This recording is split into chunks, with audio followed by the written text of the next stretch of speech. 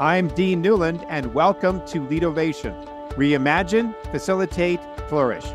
This podcast is dedicated to the art and science of innovative leadership. Through insightful interviews with industry experts, I bring you cutting-edge strategies and experiences of innovative leadership, helping you think differently, act strategically, and achieve remarkable results. Join me as I provide insights and tools that empower you to make smarter decisions, forge meaningful relationships. Welcome to Leadovation. One of many great stories my next guest tells of a time when he was a young lad, very good at running, winning a lot of races, gets a full ride scholarship to a very famous university in the South known for running, and very excited about joining the squad. Soon into his initial onboarding into the school, this very popular and well-known coach says, "We need you to change your stride." And he had a different way of running. He was sort of called the loper, the way in which he was making his body move through space. And his coach said, "You need to change that." And he ended up changing that. And he tried to perform in that area of a new, different kind of stride based on the feedback he got from his coach. And it didn't go so well. It changed his life. It changed his relationship with his beloved sport. And the story is quite poignant, not for those of us who all understand about running, but because of the fact that there are those of us who all can relate to other people telling us that what we're doing is wrong and that we should be changing our approach. And this is a great little story about following one's intuition and what happens when you don't. It's also a great story about being able to learn from our setbacks, understand that contrast, if you will, in order to focus our attention on what we really do want. This is a really successful, delightful individual that I was able to talk to.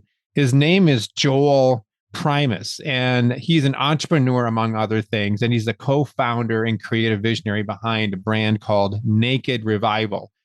Currently, Joel hosts the Ramble Podcast, where he has unbound and uncensored conversations about people and places and pursuits and performances.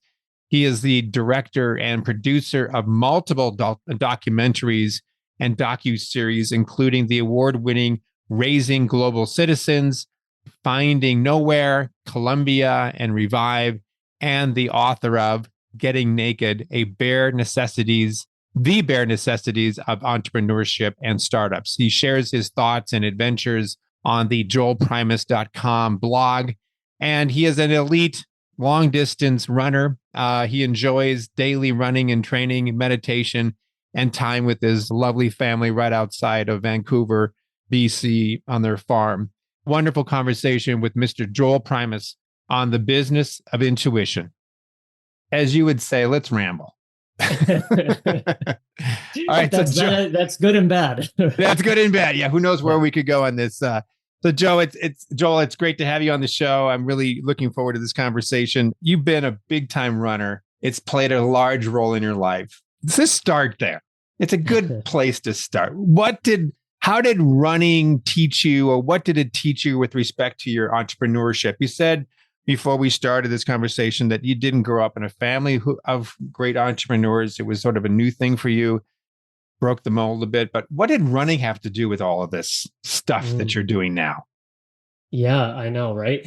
Well, thanks for having me on the show, mate. This is really exciting. And man, I was thinking of before we jumped on the pod about what running had to do with intuition and how it helped craft that for me. But we can start with how it led into entrepreneurship, because as you said, I grew up in a family where my parents did not have like stockbroker account. They didn't have investments. They weren't doing deals, any of that stuff. It was a small farming town outside of the big city of Vancouver.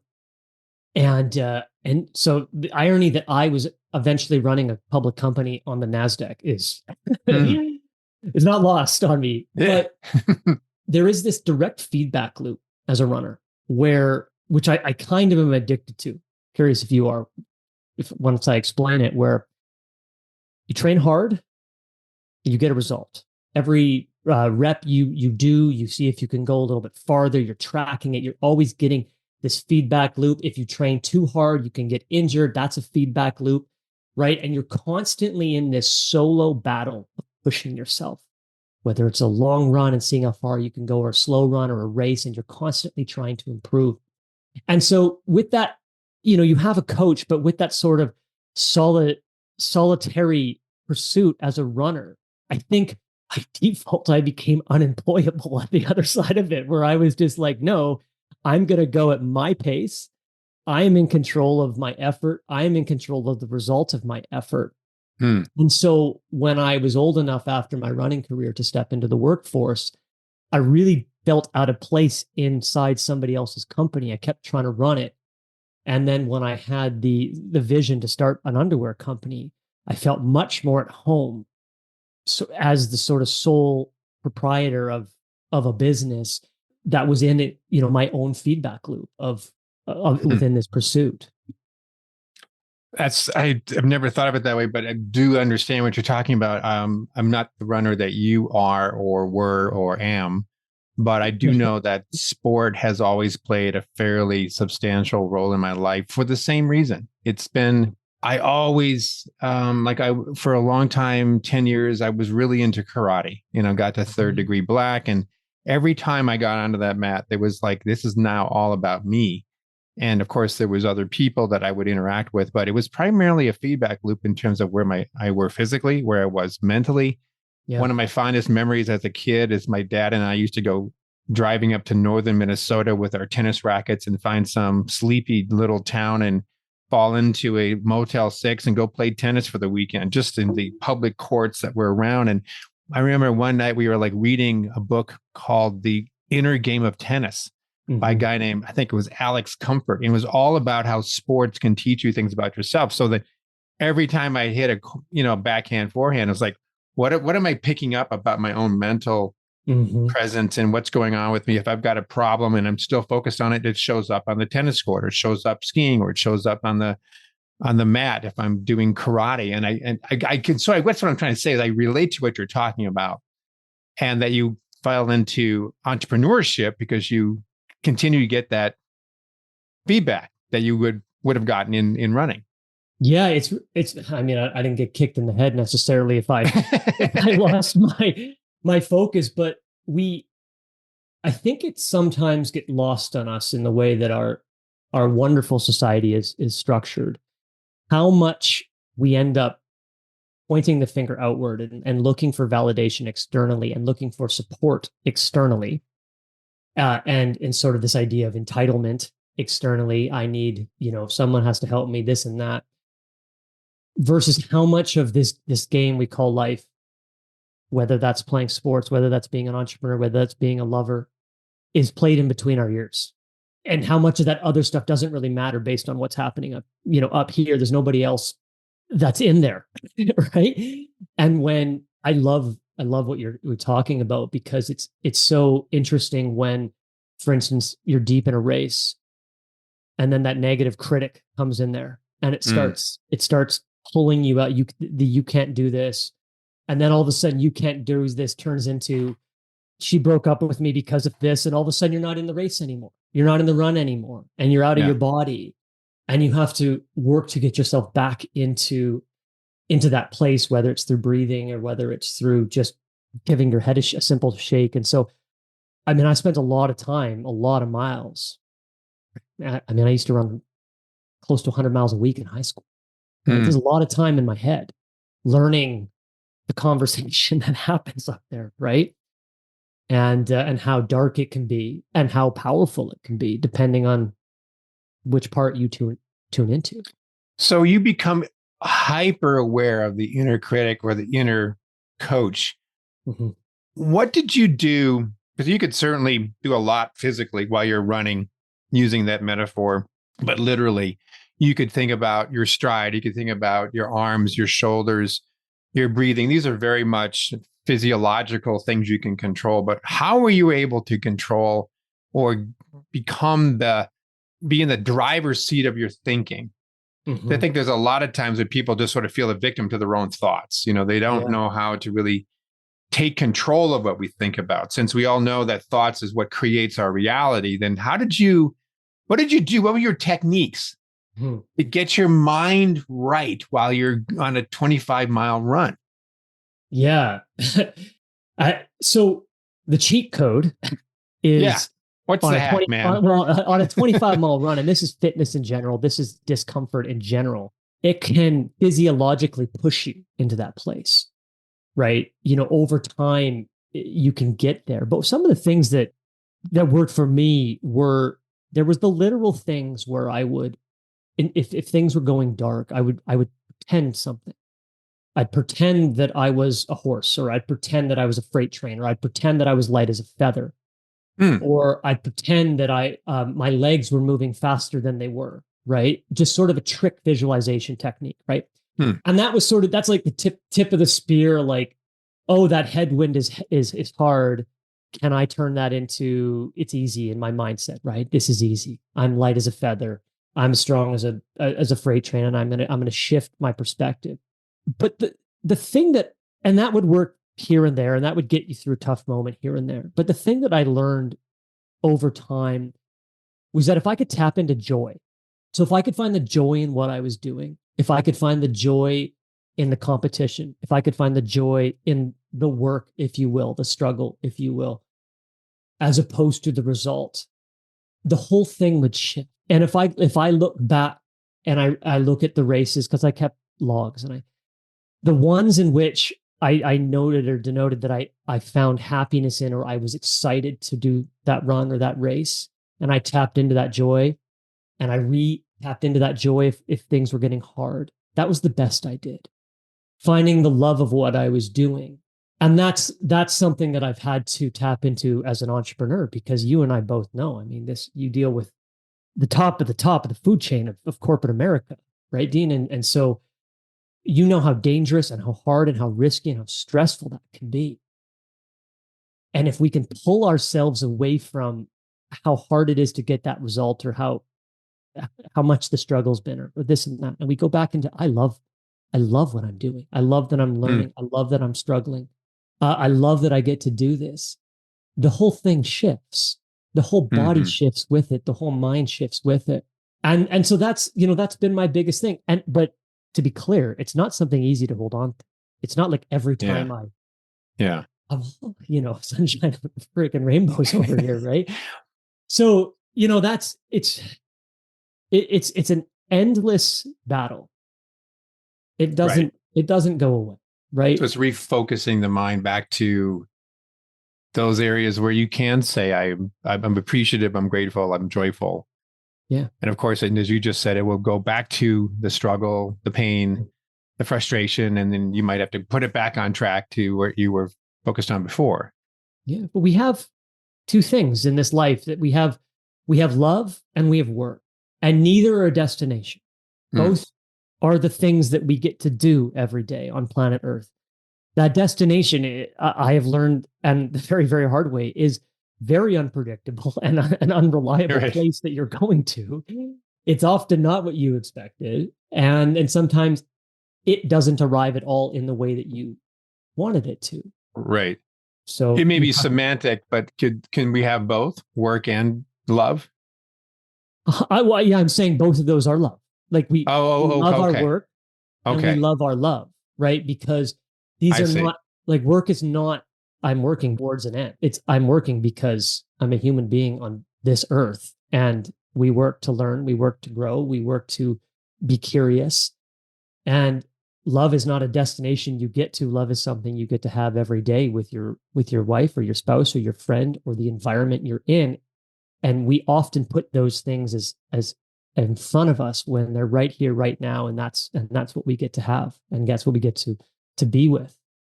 It feels to me that you're describing, in another way of saying, is like intentionality, that left to its own devices, if we just were sort of mentally lazy, we would respond to the world the way it comes to us. We would take it at face value. Whatever childhood issues are sort of lurking beneath the subconscious veil, we'll sort of take over, and we'll be off and running on some sort of frustration or fear or worry or doubt if we just don't necessarily take a real effort to maybe refocus our attention to something else. Is that sort of what you are describing here? Is that intentionality? Is that another word for what you're describing?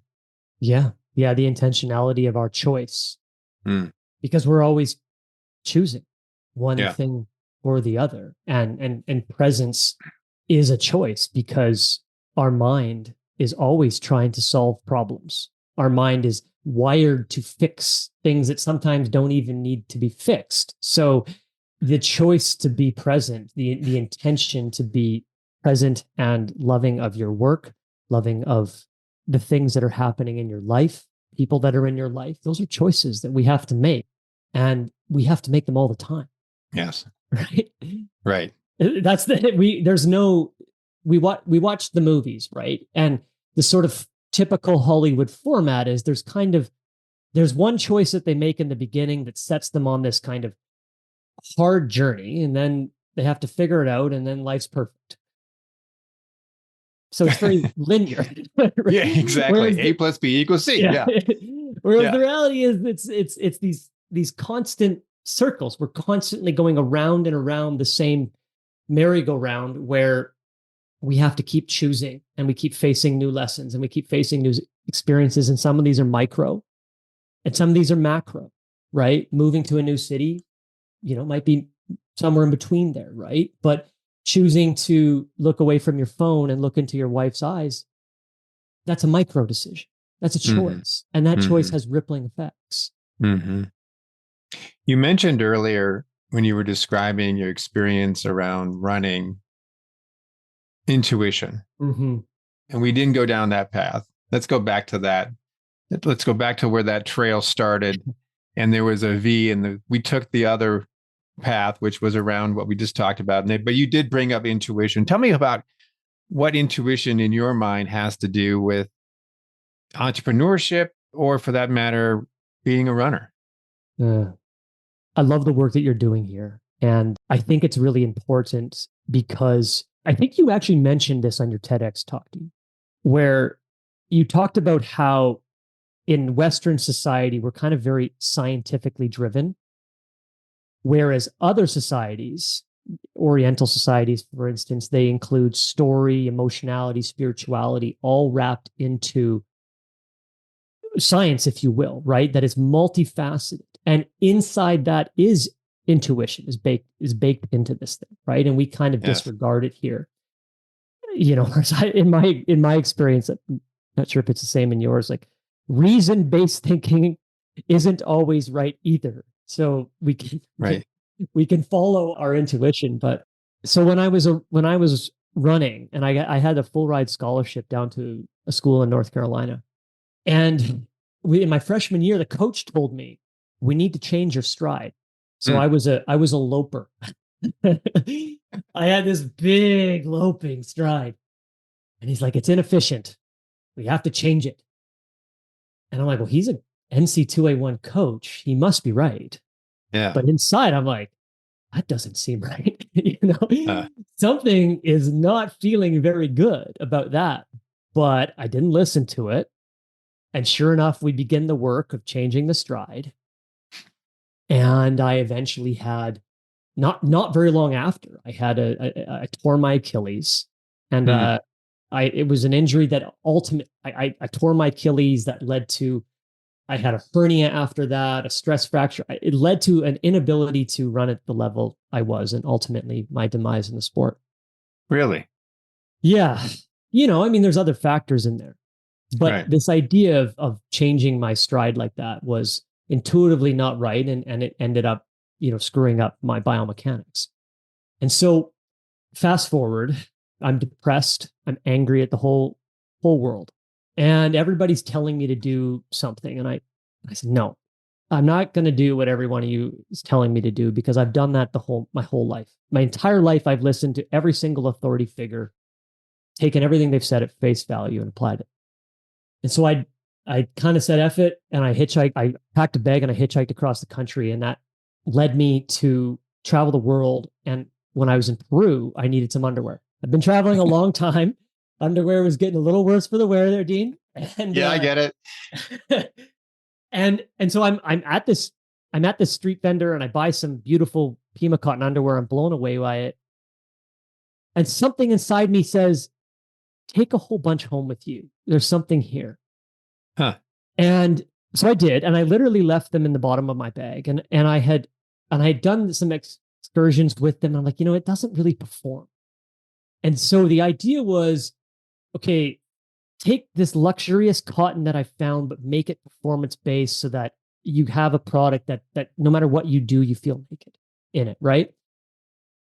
And it was this little whisper, both telling me not to change my stride, and then that resulting in the injury, then and then the little whisper that's telling me to ignore what people are telling me to do and hit the road, and then the little whisper that was telling me to buy this underwear. Well, that underwear company ended up going on national television, raised almost $20 million and went onto the NASDAQ and sold to an Australian company over the next decade. And so it's both sides of that. And I know I kind of rambled on here, but I'd like to, have you seen Draft Day? Kevin Costner? Yeah. Oh, I love that movie. Great movie, right? Yeah. So at the beginning of Draft, I just watched it during the draft, and the beginning of the movie, he has that he writes something down in his kitchen at the beginning of the movie. You don't know what he's written down, and it says Vontae no matter what. Do you remember who Vontae was, like the sort of unsung pick? Yeah. You're right. Yeah. Vontae no matter what. And then throughout the beginning of this movie and then into the sort of the second act, everybody's telling Kevin Costner's character what to do, even though in the morning he wrote down Vontae no matter what. In other words, his intuition was saying, this is the pick no matter what. And then all bloody morning long, he's placating to what everybody else is telling him. And it's just turning into disaster, and this and that is happening. And he's playing, maybe this is the better thing to do. And maybe that's the better thing to do. And then when he finally makes the decision at the end of the day, in spite of everybody else, that he's sticking with Vontae no matter what, the dominoes all fall into place. And this masterful strategy that you'd think he came up with from the beginning unfolds. And the point is that when he made the the choice to go all in on what his intuition was telling him, everything unfolded perfectly for him in his life. He entered flow. And I thought that was really great. It reminded me of the story you told about your marriage on your TEDx. Well, that's so funny you mentioned that. You really did pay attention, didn't you? Because I was thinking the same thing. Yeah. And I was going to bring this into this conversation, that on one hand, to parallel your story, I had a strong intuitive feeling that I should not get married. Wonderful person, just we weren't right to be in that kind of relationship. As I was walking down the gosh darn aisle, I was thinking, what are you doing? This is not right. And within that evening, I got reinforcement that this was in fact the wrong decision. And then I spent again another 18 months trying to deal with the decision that I made in the best possible way that I could, and only to realize that it was still the wrong decision. But then it was so amazing because then I met my current wife, and we often blessed my former wife as who she was, because without her and without me not following my intuition, we would have never met. Mm-hmm. So how much of it did you know then? Like how was your own framework on an interaction with both the intuition and then the decision making around the intuition when that was happening? Well, I don't really know. I know that how it transpired for me was that there was a strong voice. It did say, no, don't do this. And then got reinforced later that it was in fact the right thing to do. Yeah. But it was much later when I met Joanne, my current wife, that I had set so what helped me through that, I suppose, was once the divorce from marriage number one happened, and I've told this story a lot, I said, okay, now I know what I don't want. Let's work on intentionality, right? Let's work on what I do want. And I can't remember whether a coach had told me to do this or whether it came up on my own. But back in those days, I was a big writer. I was writing journals all the time. It was sort of like my cheap man's version of therapy. And that didn't mean that I didn't have therapists, but this was my own way of sort of working through things. And I kind of grew up writing creative fiction. And anyway, one day I was thinking, all right, so what kind of a character, what kind of a person do I want to attract in my life as a wife, as a mate, right? And so I started just listing all these characteristics. Some of them, very few were physical, but most of them about travel and their spiritual path and being intuitive and, funny. I just had all sorts of things that I wrote down. And then on the right-hand side of the page, I wrote down, what kind of a person do I need to be in order to attract that kind of person? Mm-hmm. So to me, I was sort of setting into motion intentionality for the universe to help me find this person. And I also knew that I couldn't just sit back and be passive about it. I needed to grow up and be the kind of person that would attract that, because I realized I was the kind of person that attracted my first wife. Yep. I am the results of what's around me. So I sort of knew that. I was smart enough at least to get that. And it turns out, to finish the story, I meet Joanne. I was actually going to introduce her as the next speaker during this meeting. And we ended up connecting for 5 minutes as I'm trying to figure out who the hell she is so that I can give her an adequate introduction. And I kind of went, ooh, I like this person. And it was just beautiful. Automatically started to click.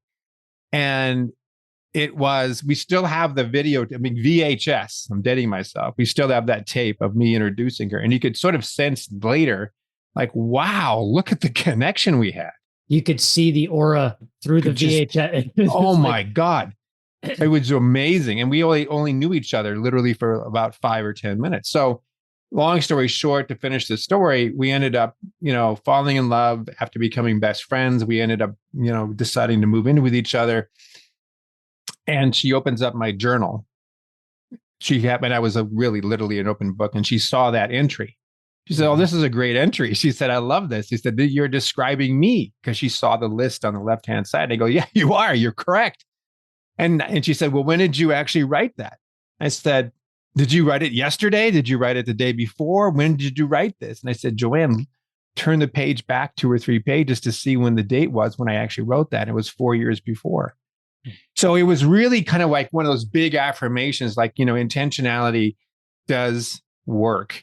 And intuition, for me at least, is a way of full expression of all of the conscious and unconscious patterns that you have. And you talk about engagement in a company. What would it be like if you really allowed people to be intuitive and to speak from that intuitive place? Not to say we divorce ourselves from facts and information; those are very important as well. But what if we were to bring that into our meetings and our discussions, and the whole person could show up? And I love the fact that you have a podcast called Ramble, because I think Ramble is a great way to get people to start talking intuitively about what they know. Mm-hmm. But anyway, I think that, there's so much there, man. I really, that's so beautiful. Thank you for sharing that story with me. Oh, it's a pleasure. We live in, I think, the disservice of our ever-connected digital world in the town square of Twitter and the polls of Facebook and Instagram and TikTok and stuff like that, and the cancel culture and the hate and all these things that have come forth. We have created a sort of inherent and collective fear that has made us not trust our intuitions, that has made us afraid to speak our mind, to say the wrong thing. And this is the exact opposite of what we need in the world. Right. And in the boardroom, to your point, right? Where this happened to me when I went to New York. I really struggled with it. So I'd come from the small town, Naked. My first company was already public. It was already a multi-million-dollar company. But it was still, we were just a bunch of kids, really busting our ass. And then I go to New York and I've put together this insane management team, and I start to feel imposter syndrome, and you start to get ideas. These are people who fought hard to be in the senior positions they're in their careers. I can visualize the heated boiler rooms and boardrooms that they've been in, and you can see that playing out in ours. And you say something and it's so quickly shut down.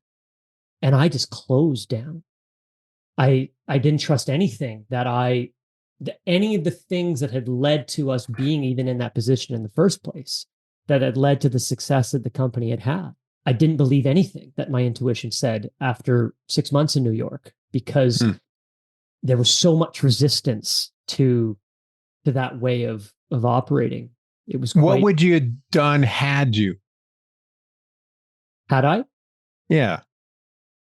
Like if you put yourself back in time, you're in New York, you get all of these very high-powered people, you're beginning to doubt yourself. Yeah. But then you start to slowly lose your intuition. What would you have done back then had you followed that voice? There's tell you a little very, very quick story, and then I'll answer that question. There's this idea of like the delineation between the correct way and whether you like it or believe it or not, right? And that delineation is like, it's emphasized in this story where there's this famous music producer and then there's this musician, and the producer's like, oh, like, you know, that's no good. You can't do that. Like, that's not this, that, and the other, based on something this musician had done. And the musician said, I did it this way intentionally. This isn't a mistake. I like the way I did this.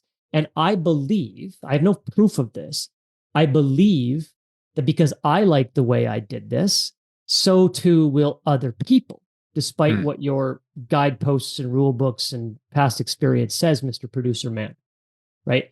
So there might be a correct way to do it, but it also has to go through the filter of, are you following the way that what you like to do, or the way that you like that this thing was said or produced or created, etc. That's the way that you want to share it. And it's very hard to do that when we look up to people and they have the experience and they say no. So if I go back, you know, I didn't know this then, but if I go back and I continue to follow my heart, it was right there in black and white, Dean. So instant feedback.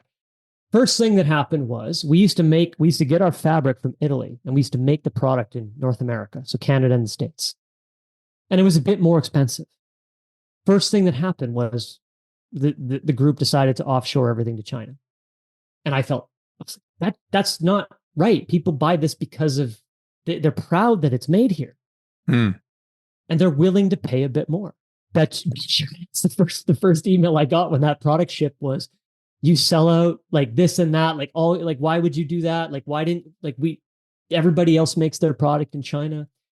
So that was very obvious to me in my mind and in my heart, but the paper pushers said, no, that doesn't make financial sense to keep doing that. And it was instantaneous. And I had this view that, you know, we should be online versus we were selling the majors, Nordstrom's, et cetera. And I saw that there was a lot of interesting blue sky and white space in digital and DTC, and all the execs are like, no, that's insane. Why would you give up Nordstrom's? And I was like, because we get to sort of be a first mover into this new market space that I think is going to blow up. Well, guess what? Over the next 10 years, DTC brands absolutely crushed it while brick and mortar struggled. Yeah. Now, that's not to toot my own horn. I'm not saying, oh my gosh, look at my powers of intuition. It's actually shaming me to say I didn't listen to any of those things. Yeah. You know? Yeah. So going back to the question, though, what would you have done back then? I mean, how would you think your life would have ended up? What would have transpired had you said, no, we're going to follow what I'm sensing and not acquiesce to all this pressure? Sorry, I really didn't answer the question. That's okay. I would have, I think I'd still be working there.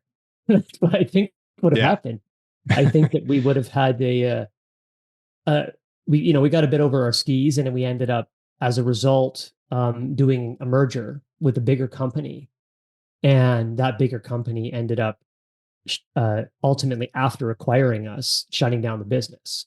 And so I think that had we followed that trajectory, we would have had a lot more blue collar success that turned into a very big business, you know, as opposed to all these acquisitions and different things that kind of gutted the company of its day-to-day business very early on. And I'd still be there.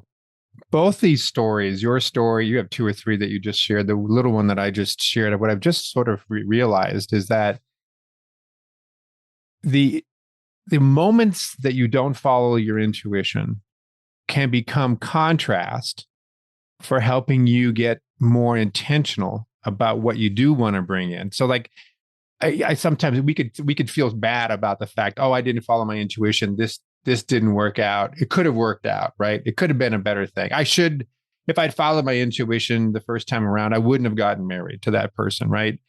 And then my life would have gone down a completely different path. But I could say, yay, Dean followed his intuition, right? But I didn't. But I would have never met Joanne. I wouldn't have started this business. Who knows what would have happened as a result of that. So in some ways, I think we can take solace in the fact that just because at one point we didn't follow intuition doesn't mean that all hope is lost. And that becomes a moment of, now what? How do I then learn from that? How do I create better focus and intentionality as a result of that? The contrast moves me forward.